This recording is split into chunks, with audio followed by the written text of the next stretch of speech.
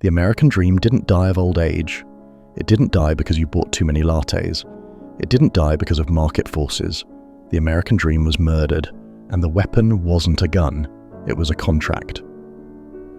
To understand why you can't afford a home today, you have to stop looking at Zillow and start looking at history, specifically England, the 18th century. Before the Industrial Revolution, England had the commons, land that belonged to no one and therefore belonged to everyone. A peasant could graze a cow, collect firewood and grow enough to survive. They were poor, but they were free. They were self-sufficient. Then the rich discovered a pattern, a mathematical realization. They realized that if the peasants could feed themselves, they wouldn't work in the factories. They wouldn't accept starvation wages if they had a fallback. Independence was bad for business. So they passed the Enclosure Acts. Parliament, controlled by the wealthy landowners, drew lines on the map. They erected fences. They hired men with cudgels and guns to guard them. They took the common land, the land that had supported families for centuries, and they privatized it. Overnight, millions became homeless, not because the land disappeared, but because the title changed hands. The peasants were forced into the cities, into the slums, into the factories. They went from being self-sufficient to being dependent. They became renters of their own existence. History is a circle. It repeats. Look around you. Look at the housing market in 2024. Look at the prices that defy gravity. Look at the corporations buying entire neighborhoods. We are living through the second enclosure. They aren't building fences around fields anymore. They are building financial fences around the very concept of ownership. They are turning the middle class into a permanent yield-generating asset. You are not a citizen. To them, you are a subscription, and the cycle is almost complete. Let's go back to the crime scene. 2008. The narrative you were sold is that the housing crash was a disaster, that everyone lost, that the system broke. That is a lie. For you, it was a disaster. For them, it was a liquidation sale. When the dust settled and millions of American families were kicked out of their homes, the inventory didn't vanish. Who picked it up? Enter the institutional investor. Before 2010, it was rare for a massive hedge fund or private equity firm to own single-family homes. It was messy. Toilets break, roofs leak. It wasn't scalable. But then the Federal Reserve did something unprecedented. They dropped interest rates to zero. They printed trillions of dollars. This broke the math of the old world. If you are a pension fund or a sovereign wealth fund or BlackRock, you need yield. You need a return on your money. But government bonds were paying zero. The bank was paying zero. Where do you put $1 trillion to make it grow? You look at the one thing people cannot live without. Shelter. A new algorithm was born. Single-family rental securitization. Wall Street realized that if they bought 10,000 homes, the messiness of fixing toilets didn't matter. It became a statistic. They could bundle the rental income from thousands of families into a bond, slice it up, and sell it to investors. They turned your monthly rent check into a stock market product. In 2012, Blackstone founded Invitation Homes. They went on a shopping spree the likes of which history had never seen. They bought houses on the courthouse steps. They bought them in bulk. They didn't even look at them. They didn't negotiate. They paid cash. Imagine you are a young couple in Atlanta or Phoenix or Charlotte. You save for 5 years. You find the perfect starter home. You offer the asking price. And you lose. You lose to a faceless LLC that offered 20% over asking, all cash, closing in 3 days. You didn't lose to a better buyer. You lost to a printing press. They swept up the inventory at the bottom of the market. They effectively cornered the supply of the American dream. And once they controlled the supply, they could dictate the price. But wait, the economist says, that's just supply and demand.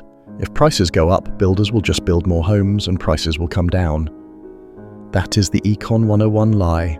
In a free market, yes, but we do not live in a free market, we live in a cartel economy. A cartel doesn't need to meet in a smoky room to fix prices anymore. That's illegal. That gets you investigated. Today, they use software. Have you noticed that rent prices seem to move in perfect unison? That every apartment complex in your city raised rent by exactly 14% at the same time? Meet RealPage. Meet Yardi. These are software companies that assist landlords in pricing their units. Property managers input their data into the system. The algorithm analyzes what everyone else is charging, and then it recommends a price. But it's not really a recommendation, it's a mandate. The algorithm prioritizes one thing: revenue maximization. It discovered a dark mathematical truth. It is more profitable to have 90% occupancy at $2,500 a month than 100% occupancy at $2,000 a month. It is mathematically better for the landlord to leave units empty than to lower the rent. This software artificially restricts supply to pump the price. It coordinates the market. It allows the largest landlords to act as a single organism. If 3 gas stations on a corner call each other and agree to raise the price of gas to $10, that is a crime. It's called collusion. But if they all hire the same consultant or use the same algorithm who tells them to raise the price to $10, suddenly it's just proprietary technology. The Justice Department is finally waking up to this, but it's too late. The baseline has been reset. The price of shelter is no longer determined by what you can afford. It is determined by what the algorithm can squeeze out of you before you break. So, Wall Street bought the existing homes, and the algorithms fixed the rent prices. But why aren't we building more? Why isn't there a construction boom to save us? Because the housing cartel includes the government. Look at the local level. Zoning laws, NIMBYism. Not in my backyard. Who fights the hardest against new affordable housing developments? Is it the evil corporations? Sometimes. But usually, it's the existing homeowners. This is the genius of the system. They have recruited the older generation, the baby boomers, to be the guards of the new enclosure. If you own a home, you want the price to go up. Your home is your retirement fund. It is your primary asset. If a developer builds 500 affordable units down the street, your property value might stagnate. So you go to the town hall meeting, you complain about traffic, you complain about neighborhood character, you block the construction, you protect your asset value at the expense of the next generation's survival. The system has pit the old against the young, and at the federal level, the costs to build have skyrocketed. Regulations, green energy mandates, lumber tariffs, labor shortages. It is now mathematically impossible to build a starter home. You cannot build a 200 square foot house and sell it for $200,000 and make a profit. The land cost, the permit cost, and the material cost are too high. So builders only build luxury. They build Class A rentals. They aren't building for you. They are building for the portfolio of the real estate investment trust. The ladder has been pulled up. The rungs have been sawed off. If you didn't buy a home before 2020, the mathematical probability of you ever owning one is collapsing towards zero. This leads us to the terrifying conclusion: the end game.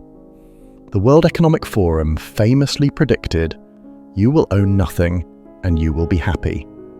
They weren't asking, they were telling. We are moving toward a usership society. Think about it. You don't own your movies, you subscribe to Netflix. You don't own your music, you subscribe to Spotify. You don't own your software, you subscribe to Microsoft Office. Now, apply that to your life. They want to turn housing into a service. HaaS, housing as a service. Why sell you a house for $300,000 once when they can rent it to you for $3,000 a month? Forever? When you sell a house, the profit is realized and the transaction is over. But a rental is an annuity. It is a stream of cash flow that lasts until the building collapses. Wall Street values recurring revenue higher than anything else. They want a population of permanent renters, a nomadic class of serfs who move from one corporate-owned complex to another, paying fees, application costs, and pet rents, never building equity, never putting down roots. A population that owns nothing is a population that can be controlled. If you own your land, you have a fortress. You have a degree of separation from the system. You can grow food, you can collect water, you can say no. But if your shelter depends on a monthly transaction with a megacorp, you have to comply. You have to keep the job you hate. You have to take the pay cut. You have to follow the rules. This is neo-feudalism. The lords are the asset managers. The knights are the politicians who protect the zoning laws, and the peasants are you. The only difference is that the medieval peasant paid 20% of his harvest to the lord. Today, in major cities, the average renter pays 40% to 50% of their income to the landlord. The serfdom didn't end. It just got better marketing. The math is broken. The yield curve is inverted. The debt is unpayable. The housing cartel has successfully turned the basic human need for shelter into a speculative financial asset class. They have financialized the roof over your head. They are betting on the fact that you will do nothing, that you will accept the subscription life, that you will rent the pod, eat the bugs and watch the screen. Do not accept it. The system is designed to strip you of assets. Your only defense is to acquire them. I'm not telling you to go buy $1 million home at 7% interest that you can't afford. That is also a trap. I'm telling you to change your definition of wealth. Stop chasing the keeping up with the Joneses lifestyle that requires high-interest debt. That debt is the chain they use to bind you to the rental mill. Look for the exits. Look for land outside the blast radius of the major cities. Look for communities that value independence over convenience. Look for assets that carry no counterparty risk. Gold, silver, Bitcoin. Things they cannot print, things they cannot rezone. The Enclosure Acts of the 1700s destroyed the English peasantry because they were not prepared. They didn't see the fences coming until they were already up. You have the advantage of sight. You can see the fences being built right now. The era of easy abundance is over. The era of the rentier is here. The American dream was purchased. But your freedom doesn't have to be part of the sale. This is the collapse. I'll see you on the other side.